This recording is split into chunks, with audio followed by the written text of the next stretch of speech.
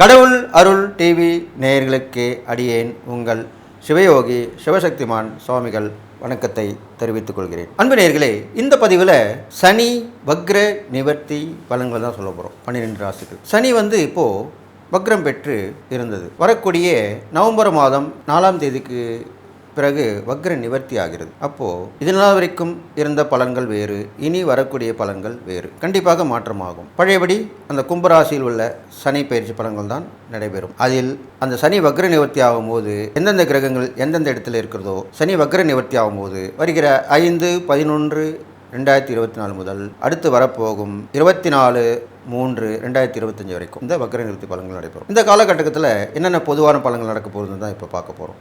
அப்போ இப்போ உள்ள காலகட்டங்களில் ரிஷபத்தில் குரு ஆட்சி புரிஞ்சுட்டு இருக்கார். குரு பயிற்சியாகி ரிஷபத்தில் குரு இருக்கார். கேது கன்னியில் இருக்கார். ராகு மீனத்தில் இருக்கார். சனி கும்பத்தில் இருக்கார். சனியோடைய சந்திரனும் அதன் பிறகு பார்த்தீங்கன்னாக்கா சூரியன் துலாத்தில் இருக்கார். புதனும் சுக்கிரம் விருச்சிகத்தில் இருக்காங்க.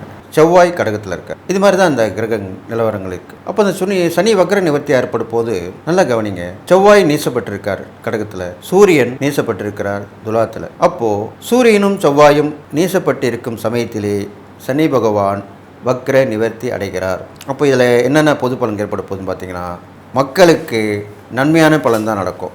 இதனால் வரைக்கும் அரசாங்கத்தாரால் எதுவுமே மக்களுக்கு கிடைக்காம இருந்திருக்கும். இப்பொழுது இருக்கக்கூடியது கிரகணங்களை வைத்து பார்க்கும்போது அரசாங்கம் மக்களுக்கு நல்வழிப்படுத்த உண்டான நேரமாக கருதப்படுகிறது. அரசாங்கத்தில் அனுகூலம் கிடைக்கும், ஆதரவு கிடைக்கும். மக்களுடைய கோரிக்கை கண்டிப்பாக அரசாங்கத்தாரால் நிறைவேற்றப்படும். நீதி நிலைநாட்டப்படும். சட்டம் தன் கடமையை செய்யும். தவறு செய்தவர்கள் தண்டனை அனுபவிப்பார்கள். எண்ணங்கள் நிறைவேறும். மக்களுடைய கோரிக்கைகள் நிறைவேறும். அந்நிய நாட்டு தொடர்பு மூலிமா லாபங்கள் ஏற்படும். ஏற்றுமதி இறக்குமதி சிறப்புடையதாக இருக்கும். அண்டை நாட்டுகளுடைய சண்டை சச்சரவுலாம் குறைந்து இணக்கமாக உறவு ஏற்பட போகும். நம் நாட்டிலிருந்து பிரிந்த நாடுகள் முன்னேற்றத்தில் இருக்கக்கூடும். அது மீண்டும் தன்னுடைய தாய் நாட்டை எண்ணி பார்க்கும். முன்பு இருந்தது போல இருக்கலாம் என்று அந்த அண்டை நாடுகள் நினைக்கக்கூடிய வகையிலே இந்த மாற்றங்கள் ஏற்பட போகிறது. அப்போ சனி வக்ர நிவர்த்தி கண்டிப்பாக நன்மை தான் செய்யும். மக்களுக்கு எல்லா வகையிலும் நல்ல விஷயமாக தான் இருக்க போகுது. மக்கள் ஒற்றுமையாக இருப்பாங்க. நீதி நேர்மை சத்தியம் இதெல்லாமே தான் முன்னுக்கு வரப்போகுது. பொய் சொல்வது, ஏமாற்றுவது, திருடுவது, கொலை செய்வது, கற்பழிப்பது, இது மாதிரி தவறான விஷயங்கள் ஈடுபடுவது, தவறான பழக்கவழக்கங்களை கொண்டு செல்வது இதெல்லாமே குறைஞ்சிரும். இதெல்லாம் குறைஞ்சி சரியான தீர்ப்பு கிடைத்து மக்கள் நல்ல முன்னேற்ற பாதையில் செல்வார்கள். இதுதான் இந்த சனி வக்ரத்து நடக்கப்போகுது. அதனால் கண்டிப்பாக நல்லதாக நடக்கும்னு சொல்லிட்டு இதை 12 ராசிக்கு முன்னாடி பலன் நான் சொல்ல போகிறேன். மிதுன ராசிக்காரங்க பார்த்தீங்கன்னாக்கா, இந்த சனி பகவான் 9ஆம் இடத்துக்கு வந்திருக்கார். ஏற்கனவே அஷ்டம் சனியில் ரொம்ப கஷ்டப்பட்டு இருந்தீங்க. அப்புறம் சனி பயிற்சி ஆச்சு, 9க்கு வந்தார். இருந்தாலும் குறுகிய காலத்தில் அவர் திருப்பி வக்ரம் பெற்று பழையபடி 8ஆம் இடத்துக்கு வந்துட்டார். 8ஆம் இடத்து பலனை கொடுத்துக்கிட்டு இருந்தார். 8ஆம் இடத்துக்கு வந்துட்டார்னு சொல்ல முடியாது. 8ஆம் இடத்துக்கு பலனை கொடுத்து கொண்டு இருந்தார். அஷ்டம சனியோட பலனை கொடுத்துருந்தார் இது நாள் வரைக்கும். இப்போது சனி வக்ர நிவர்த்தி ஆகி பழையபடி அந்த 9ஆம் இடத்து பலனை கொடுக்க போகிறார். முழுவதுமாக கொடுக்க போகிறார். இதுதான் உண்மையான விஷயம். நல்லா கேட்டுங்க.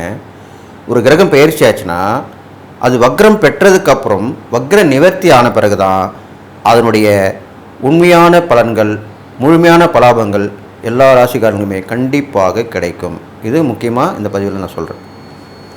பயிற்சி ஆன பிறகு நல்லா கேட்டுங்க, வக்ரம் பெறக்கூடிய கிரகங்கள் தான். சூரியன் சந்திரன் வக்ரம் கிடையாது, ராகு கேதுக்கு கிடையாது. மற்ற கிரகங்களுக்கு மட்டும்தான் வக்ரம் இருக்குது. அதனால் அப்போது குரு வக்ரம் பெறுவார், சனி வக்ரம் பெறுவார். அப்போது இந்த சனி பகவான் வக்ரம் பெற்று வக்ர நிவர்த்தி ஆகும்பொழுது தான் முழுமையான பலனை கொடுப்பார். நின்று நிதானித்து, அவர் எப்பவுமே மந்தன் தானே, யோசனை பண்ணி தான் பொறுமையாக தான் கொடுப்பார். அது நல்ல எப்பயுமே நல்லா கேட்டுங்க. சனியுடைய ஆதிக்கத்தில் உள்ள எண்ணில் பிறந்தவங்க 8ஆம் எண் சனிக்கு முடியாது இல்லையா? 8, 16, 8, 17, 26 இந்த தேதியில் பிறந்தவங்க எல்லாமே சனியோட ஆதிக்கத்தில் பிறந்தவங்க. மகர ராசி கும்பராசியில் பிறந்தவங்க சனியோட ஆதிக்கத்தில் பிறந்தவங்க. துளாராசியில் பிறந்தவங்க சனி உச்சம் பெற்றிருக்கு, அவங்க சனியோட ஆதிக்கத்தில் பிறந்தவங்க. பூசம் அனுசம் உத்திரட்டாதி சனியோட நட்சத்திரத்தில் பிறந்தவங்க. இவங்களெல்லாமே சனியுடைய ஆதிக்கத்தில் பிறந்தவங்களை நின்று நிதானித்து நிலைத்து நிற்பார்கள். இந்த சனியுடைய ஆதிக்கத்தில் எந்த ஒரு தொழில் வியாபாரம் பண்ணாலும் நிலைத்து நிற்கும். இது கண்டிப்பாக அனுபவபூர்வமான உண்மை. அதுதான் இப்போ சொல்லியிருக்கேன். அதே மாதிரி இந்த சனி பகவான் வந்து மிதுன ராசிக்காரங்களுக்கு இப்போ அஷ்டம சனி காலத்தை வக்கரத்தில் கொடுத்துருந்தாலும் இப்போது பழையபடி நல்ல பலனை கொடுக்க போகிறார். அப்போ 9ஆம் இடத்துல இருக்கும்போது என்ன பண்ணுவார்? தந்தையாருடைய சொத்து இந்த ராசிக்காரர்களுக்கு வந்து சேரும். பூர்வீக சொத்து வந்து சேரும். இல்லைன்னா அவர் எழுதி வைப்பார். அவர் மூலிமா வரக்கூடிய அவருடைய உறவுகள், தந்தை வழி உறவுகள் மூலிமா கண்டிப்பாக நல்ல விஷயம் நடக்கும். இதுதான் பாக்கிய சனின்னு சொல்லுவாங்க. பாக்கியஸ்தானம் 9ஆம் இடம் பாக்கியஸ்தானம். தந்தை ஸ்தானமும் அதுதான். பாக்கியங்கள் கிடைக்கும். பாக்கியம் ஒரு மனுஷனுக்கு வாழ்கிறது தான் முக்கியம். பிறப்பு இறப்புன்றது எல்லாருக்குமே உண்டு. வாழ்க்கை தான் எல்லாருக்குமே வேறுபடும். பிறக்கிறது எல்லாமே ஒரே மாதிரி தான் பிறப்பாங்க, இறக்கிறது எல்லாமே ஒரே மாதிரி இறந்துருவாங்க. ஆனால் வாழும் வாழ்க்கை எல்லாருக்குமே வித்தியாசப்படும், வேறுபடும். அப்படிப்பட்ட வாழ்க்கை தான் இந்த மிதுன ராசிக்காரங்களுக்கு இப்போ நல்லது நடக்க போகுது.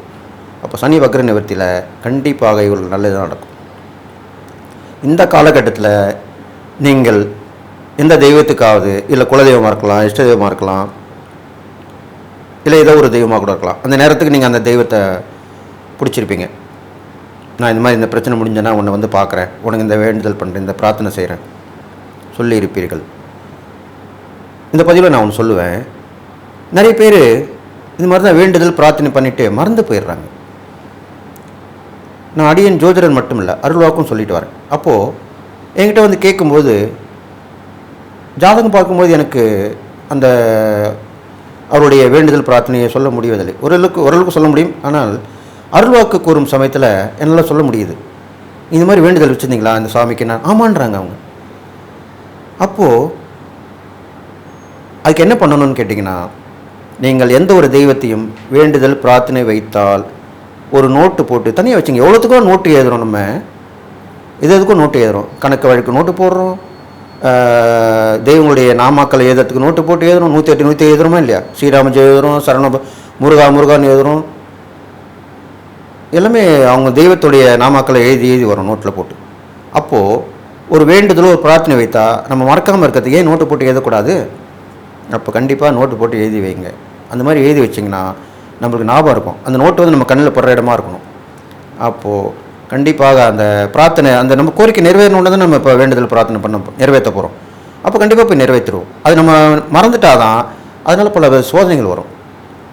நல்லா கேட்டுங்க. கடவுள் ஏன் சோதனை பண்ணலாம் கேட்கக்கூடாது. கடவுள் சோதனை பண்ணி தான் உங்களுக்கு வர, அதுதான் உண்மை தாத்பரியம். தெய்வத்துடைய தாத்பரியமே அதுதான்.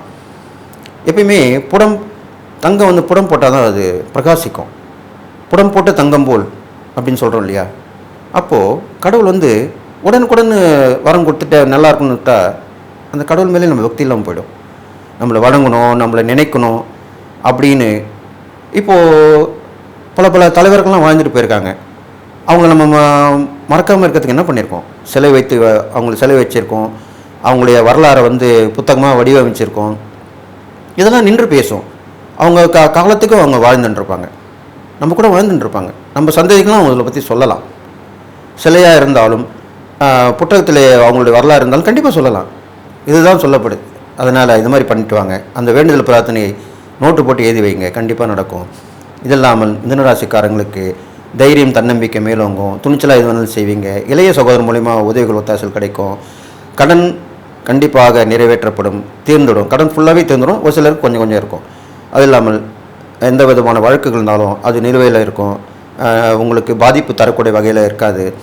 முடிவுக்கும் வந்து சேரும். சில பேர் வாபஸ் வாங்கிப்பாங்க. இது மாதிரிலாம் நடக்கும். அது இல்லாமல் வெற்றிகள் கிடைக்கும். போட்டி பந்தயத்தில் ஈடுபட்டால் அதில் வெற்றி கிடைக்கும். நோய் நொடி வந்தால் கூட பஞ்சாய் பறந்து விடும். நல்லா கேட்டுங்க, பஞ்சாய் பறந்து விடும். அப்படி வந்தவுடனே போய்டும் டக்குன்னு. அது மாதிரிலாம் போயிடும். பல விதமான லாபங்கள் ஏற்படும்.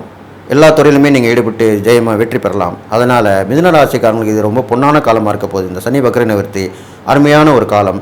அதனால் இதை நீங்கள் பயன்படுத்திக்கணும்னு சொல்லிட்டு நீங்கள் செய்யக்கூடிய இறை பரிகாரங்கள் அப்படின்னு பார்க்கும்பொழுது உங்களுக்கு நல்லா கேட்டுங்க. சனீஸ்வரனுக்கு அழகாக பண்ணிவிடுங்க. அந்த ஏழு விளக்கு போட்டு சனிக்கிழமை தோறும் பண்ணிட்டு வாங்க. 11 சனிக்கிழமை தொடர்ந்து பண்ணலாம். அதுக்கப்புறம் எப்போயாவது பண்ண கிடைக்கும்போது நம்மளுக்கு கஷ்டமான வர நேரத்தில் பண்ணிட்டு வரலாம், தப்பு இல்லை. மாற்றுத்திறனாளிக்கு உதவி பண்ணிட்டு வாங்க. இதெல்லாம் செய்யலாம். இது இல்லாமல் நீங்கள் செய்யக்கூடிய இறை பரிகாரம் போது பார்த்த சாரதி பெருமாள், அவர் தான் உங்கள் ராசிக்கு சொல்லப்படுது.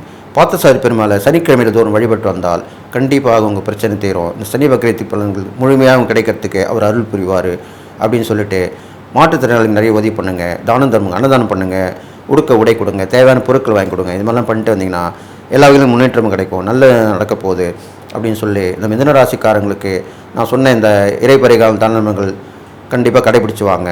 நான் சொன்ன பலன்கள் கண்டிப்பாக உங்கள் வாழ்க்கையில் கண்டிப்பாக நடைபெற்று உங்களுக்கு நன்மை தான் செய்ய போகுதுன்னு சொல்லி நீங்கள் எல்லா நலமும் வளமும் பெற்று வாழ்ப்பதுன்னு சொல்லி வாழ்த்தி விடைபெறுகிறேன். கடவுள் அருள் டிவியை பார்த்தமைக்கு நன்றிகள். மேலும் இது போன்ற தகவல்களை தெரிந்து கொள்ள கடவுள் அருள் டிவியை சப்ஸ்கிரைப் செய்யுங்கள். மறக்காமல் பெல் ஐக்கானை கிளிக் செய்யுங்கள்.